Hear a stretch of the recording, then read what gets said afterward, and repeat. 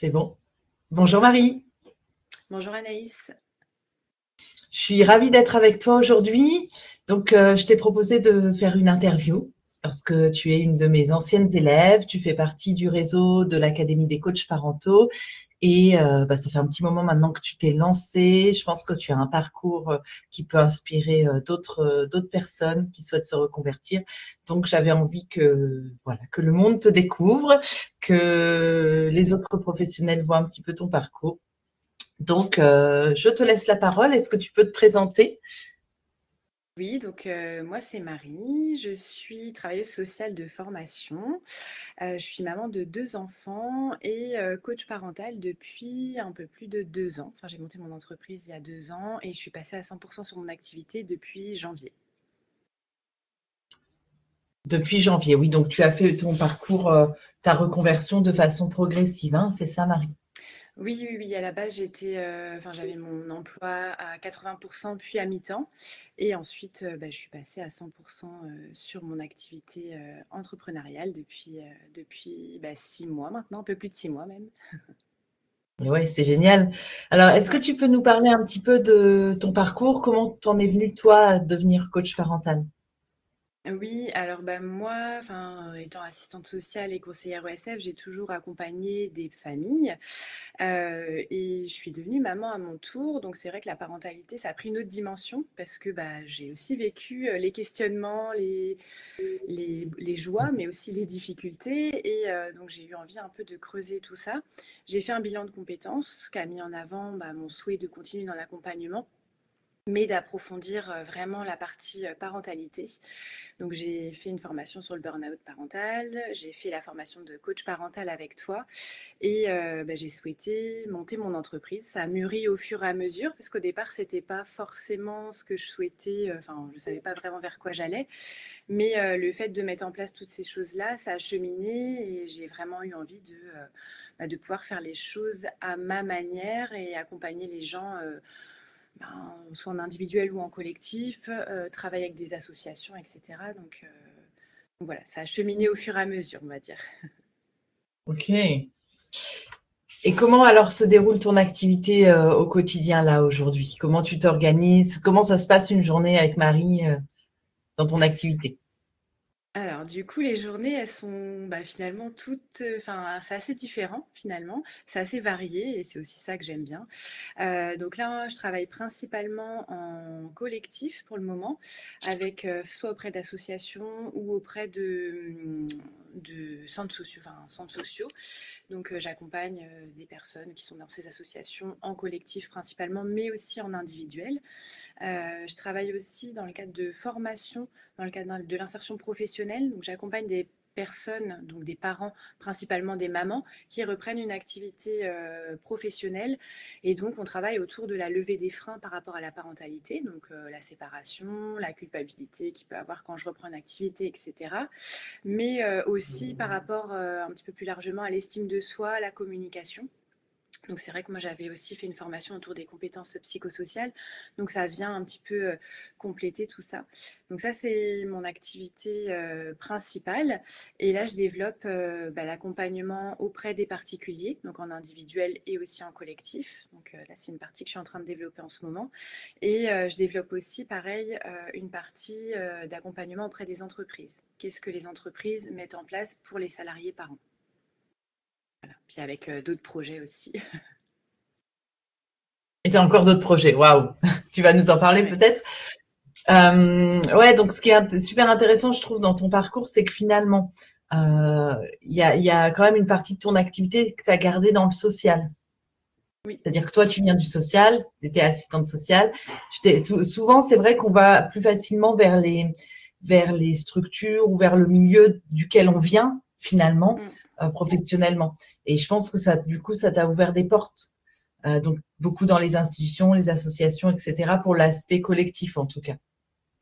Oui, oui, oui. Du coup, c'est vrai que c'est un milieu que je connais bien. J'avais déjà un petit réseau dans ce milieu-là. Et finalement, je me suis appuyée là-dessus pour commencer. Et puis, il y a tellement de choses à faire aussi quand on commence. Donc, j'ai Bah découvert au oui. fur et à mesure, en sachant qu'à la base, j'avais créé mon entreprise vraiment pour accompagner les salariés en entreprise au départ. Mais finalement, ça a Ok. cheminé autrement et c'est très bien comme ça. Et enfin, toutes ces expériences-là m'ont permis de pouvoir avoir de l'expérience, de pouvoir aussi asseoir ma légitimité en Mais parallèle de la oui, formation aussi. Et c'est ça qui m'a permis aujourd'hui de me dire, en fait, je vais aller aussi vers les particuliers, vers les entreprises. Et, c'est vrai que finalement, au départ, on se fait une idée, je trouve, de ce qu'on oui, veut, et c'est très bien. Et puis en fait, on se rend compte que il y a d'autres choses qui se présentent à nous, qu'on a d'autres envies. c'est Enfin, moi, c'est ça. vrai que accompagner des gens dans ce domaine-là, c'est vraiment quelque chose qui me tient à cœur. Donc, c'était important. Génial. Ouais, ouais, mais c'est intéressant parce que effectivement, moi j'ai eu aussi cette expérience-là. Tu vois, Mm. d'avoir, tu sais, d'avoir beaucoup suivi les formations, on te dit il faut un public cible, faut travailler, enfin, faut savoir ce qu'on veut et tout. C'est vrai, c'est bien et c'est le discours Mm. aussi que je vous tiens dans la formation. C'est bien de savoir ce qu'on veut. C'est parce qu'il faut bien commencer quelque part. Il faut bien commencer dans une direction. On peut pas aller tous azimuts. Donc on commence dans Ouais. une direction, mais des fois finalement, c'est pas cette direction-là. On part dans une direction, mais c'est pas celle-là finalement qui va être fructueuse. Mais il y en a une autre qui se présente. Et c'est un peu ça en fait. Mais c'est pas grave. Le tout, c'est d'être quand même ouvert, c'est d'accueillir finalement ce qui vient, d'accueillir les opportunités, et puis de fil en aiguille, ça t'amène d'un projet à l'autre, quoi. Mm. Ouais, ouais, non, c'est Peut-être que tu exactement n'aurais ça. pas pu, peut-être qu'en fait les entreprises, peut-être c'était pas mûr tout de suite. Mm. Parce que peut-être fallait que tu gagnes en assurance, en maturité, en légitimité, tu vois, je sais pas. Et donc peut-être c'était plus facile comme ça, d'une certaine Mm. façon. Donc la vie t'a proposé ce type d'action plutôt dans le social, dans l'associatif. Et puis maintenant, tu te tournes vers d'autres activités, mais tu es riche du coup et plus forte de toutes ces expériences que tu as développées là depuis 2 ans. Mm. Ouais, ouais, non, clairement. Enfin, puis je trouve qu'au final, l'entrepreneuriat, oui, ça apprend vraiment à s'ouvrir à ce qui se présente Mm. finalement, à Ouais, oser y aller aussi, parce que parfois, on se dit, bon, est-ce que j'y vais, est-ce que mais j'y vais oui. pas? Et puis, Mm. ça apprend la patience. Enfin, moi, personnellement, ça m'a vraiment appris Ouais, la patience, accueillir aussi parfois les choses qui vont peut-être pas fonctionner tout de suite, mais finalement se dire, en fait, c'était mieux comme ça. Et enfin, voilà, c'est vrai que je trouve que ça apporte beaucoup de choses en parallèle finalement. mais là, mais c'est ça qui est génial, moi, je trouve, avec Mm. l'entrepreneuriat. C'est plein de défis, mais ce côté-là que tu décris, là, avec à la fois beaucoup de lâcher prise, c'est-à-dire beaucoup de volonté, mais aussi beaucoup de lâcher prise, et puis prendre le temps d'écouter ce qui se présente, de l'accueillir, même si c'était pas exactement dans le plan initial. Mais c'est top, moi, j'adore. Mm. Ouais, ouais, ouais. Non, franchement, c'est vraiment top. Ouais.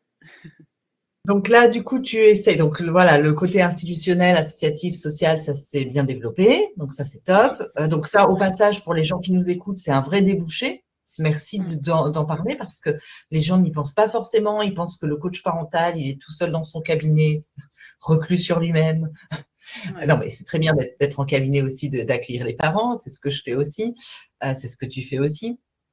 Mais il y a tout un débouché, et surtout pour les gens qui se disent coach parental, finalement, tous les gens peuvent pas payer les séances et tout, mais pensez Mm. qu'il y a des lignes de financement qui existent, notamment, principalement la CAF, mais pas que, et qu'il y a des actions à mener et que les centres sociaux, les institutions, les associations, et tu vois, d'insertion professionnelle, moi, tu vois, j'ai pas fait ça, mais c'est hyper intéressant, Mm. recherchent des intervenants, des prestataires comme vous, pour animer des actions autour de la parentalité. Parentalité, puis après, donc toi, tu as aussi d'autres champs, tu as Mm. les compétences psychosociales, donc c'est hyper intéressant et ça vous permet de toucher des gens que vous avez envie de toucher, mais qui ne seraient pas forcément venus à des séances payantes à votre cabinet. Là, c'est l'institution, l'association qui paye. Donc, c'est vraiment, moi, j'aime bien dire ça aussi parce que j'ai travaillé aussi en associatif et je travaille beaucoup avec les institutions et je trouve que c'est vraiment intéressant de toucher aussi ce public-là. Ouais. Puis ça permet aussi enfin finalement de pouvoir monter des projets avec d'autres personnes Mm. enfin voilà, qui connaissent le territoire, qui connaissent Oui, qui tout à connaissent leur fait. public. Et donc Mm. c'est hyper riche. Et finalement, moi j'avais aussi un peu cette crainte de me dire, en fait, je vais être un peu toute seule. Mm. Mais finalement, en fait, c'est très riche. Puis après, Mm. comme il y a plusieurs institutions, finalement, on se nourrit de tout ça et ça vient nourrir C'est notre ça. pratique et c'est hyper intéressant. Oui, c'est ça. Tu es en lien avec d'autres professionnels et ça, c'est hyper intéressant aussi. Ouais. Ah ouais, super. Donc ça, voilà. Et puis donc maintenant, tu développes plus, enfin, tu cherches à développer davantage les interventions en entreprise. Donc ça, c'est hyper intéressant aussi de développer des actions parentalité en entreprise. Et puis les particuliers, donc à ton cabinet, accueillir les particuliers pour les séances de coaching parental classiques. Ok.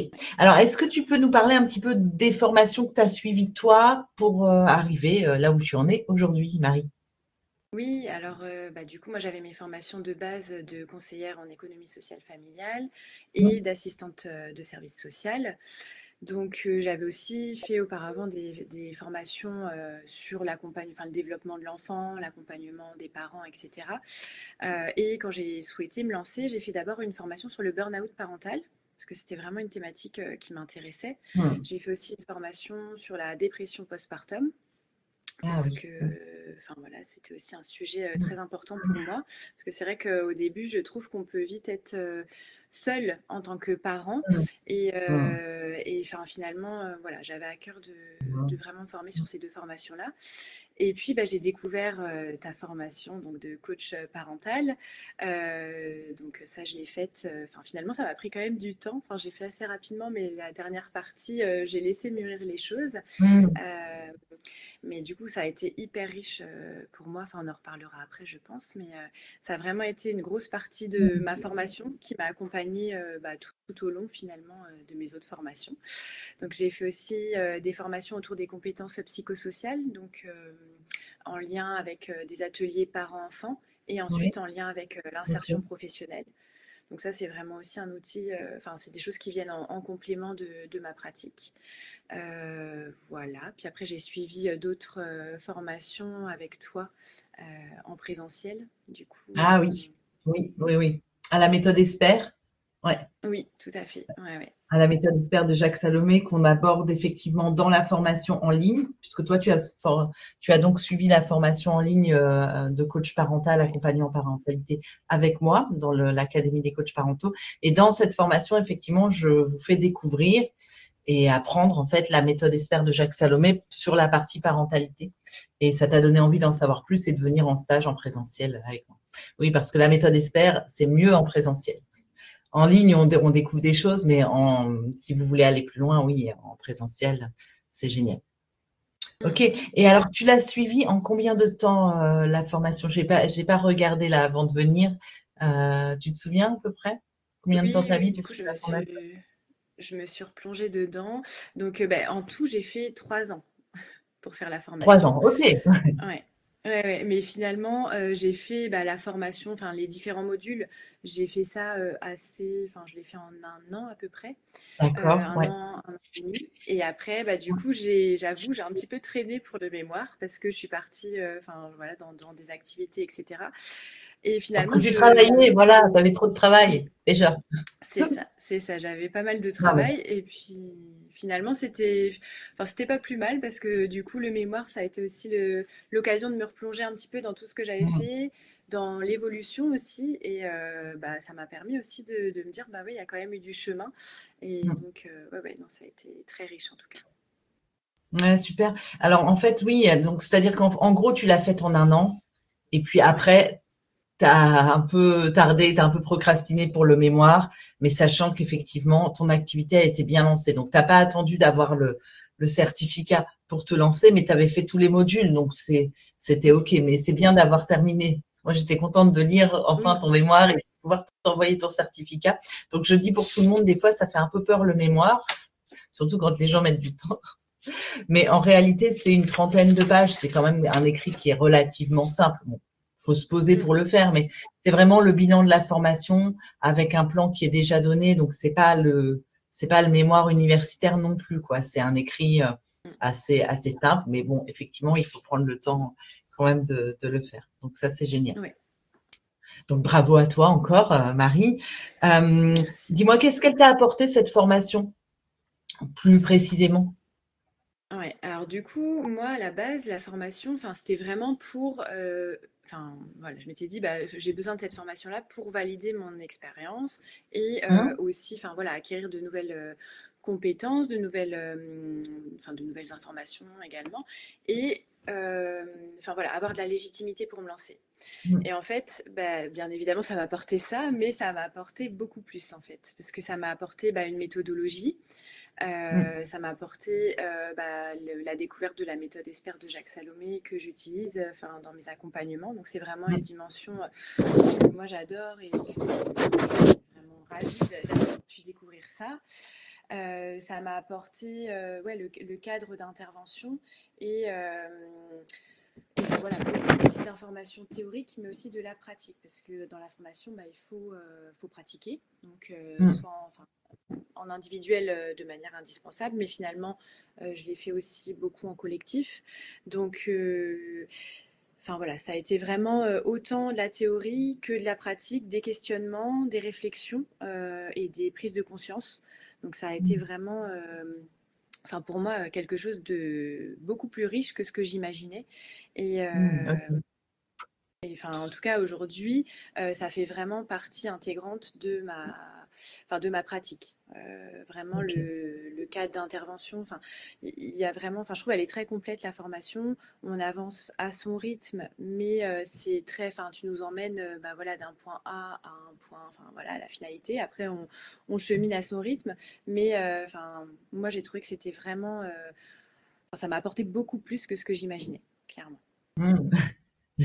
Génial, il y a beaucoup de gens qui disent ça. Ça m'a apporté Mm. plus que ce que je pensais. J'étais venue chercher quelque chose, ouais, tu dis la légitimité et tout, etc.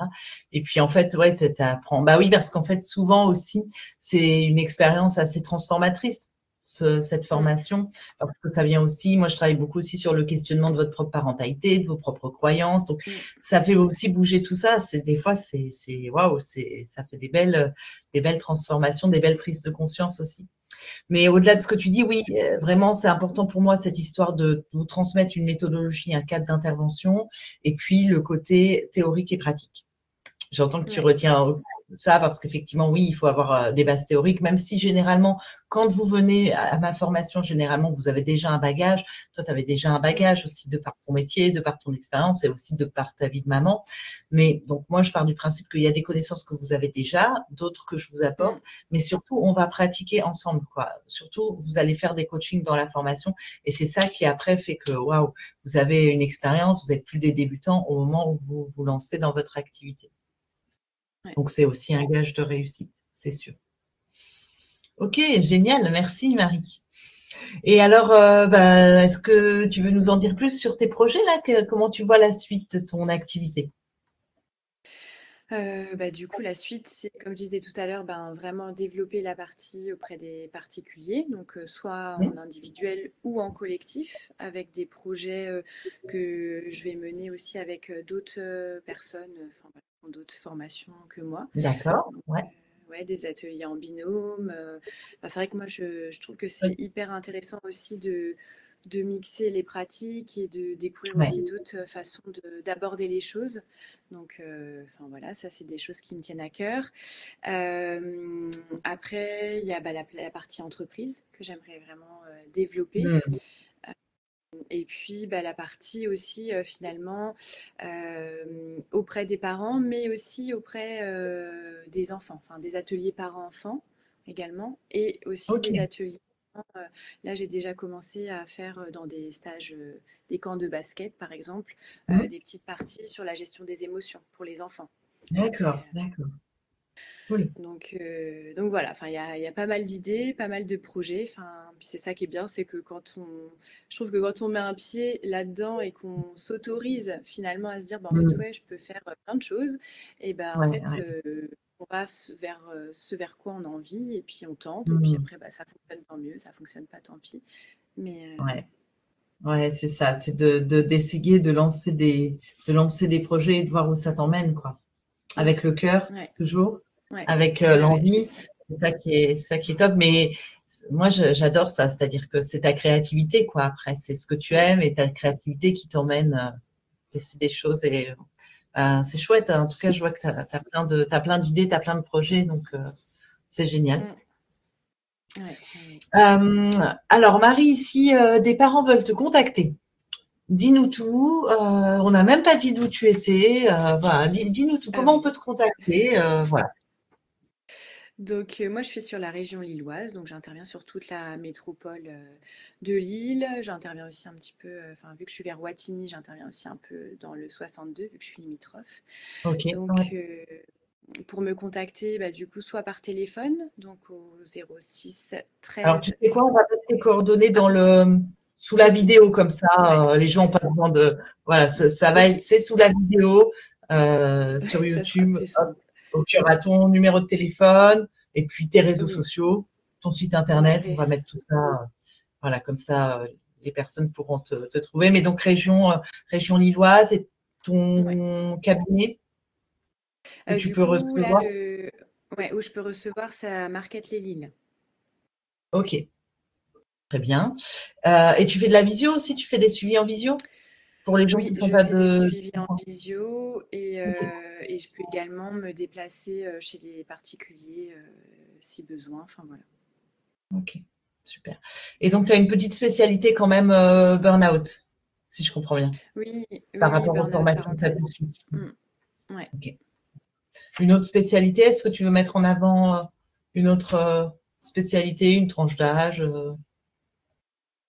Alors pas forcément de spécialité pas ou de forcément. Ok. enfin, tranche d'âge, mais c'est vrai que, Ouais, tu enfin voilà, reçois tous sur les tout ce qui parents. est, oui, voilà, tous les parents et c'est vrai que bah voilà, on travaille pas mal sur bah, autour de l'épuisement parental. Enfin, pas forcément besoin d'être en burn-out, mais mais du coup, il y Oui, a un axe. tu peux être en prévention. Ouais.